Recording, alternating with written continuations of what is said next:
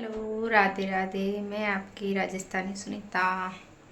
आप सभी कैसे होंगे? आशा करती हूँ आप सब अच्छे हैं, मस्त हैं। आज मैं बनाने जा रही हूँ एक यूनिक सी रेसिपी। आइए चलिए बनाते हैं इसको।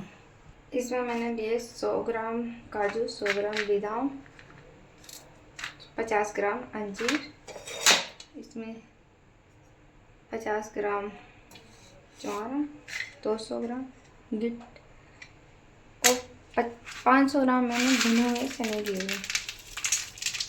देखते हैं, बच्चों की डिमांड थी कैसी बनती है, चलते हैं बताते हैं। नेक्स्ट कुछ देर वेट कीजिए।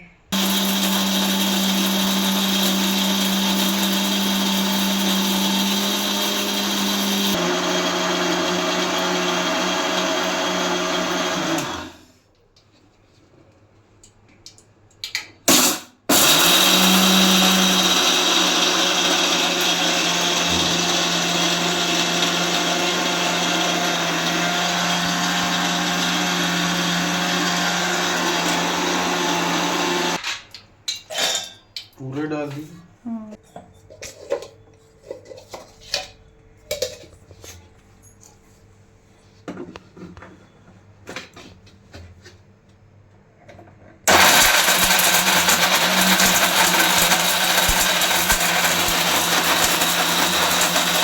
कीड़े कीड़े कीड़े कीड़े कीड़े काम है